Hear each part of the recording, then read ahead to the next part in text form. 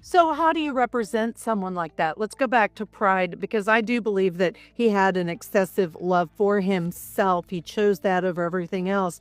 You're dealing with this personality. You're dealing with a set of facts that it's hard forensically to get away from the fact that he was the one who did this. How do you, as a defense attorney, stand and represent someone of this character and nature?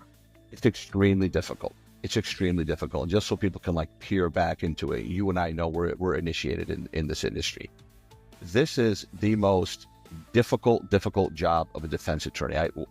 This is so difficult. One time I told a friend of mine when I was coming into court on a public defense case, right? Because when you were a public defender, you had no choice in the cases. Yeah, ethically you could tell the judge, I'm ethically prohibited from representatives, but you can't really do it because you're really going to look bad to the judge if you're kicking the case back into his lap, right? You're right. It's kind of suicide in terms of your work career. You just it's really work don't suicide. do it. Yeah. There you go. It's work suicide. So I had made the analogy to my buddy there at the courtroom. His name was Dave, and I told him, look, I just picked up a coffee from Tim Hortons. I found myself envying the lady who served me the coffee. Wow. Because if I could have just had her job today and be serving coffee, not coming here to try this guy who's being charged with armed robbery, and I have a deal for him, and the deal would get him out of jail in a year. He's insisting on trying his case because according to him, his defense is, but I'm not a professional criminal.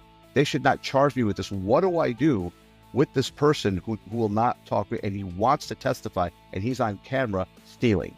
So that's the job of a defense attorney. So to take that, multiply it by 1,000,000, and that's the defense attorneys for this guy, because I could see what that conversation was like in the room. You're dealing with somebody who has deep narcissism to a very, very unhealthy and criminal point. You have to convince him of things he has to do with his own defense. He was probably offered a deal, told his attorneys, I don't want to take it. I don't know. I'm guessing because, these cases, there's a reason why 99% of these cases plea out is because pleas are almost always offered.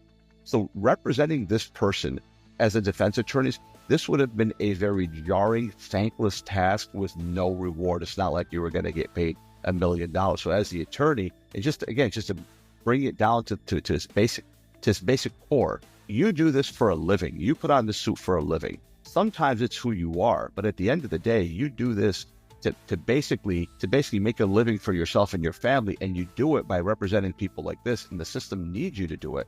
As a society, we need defense attorneys to do it. I've done this for a long time. It's just very difficult. It's very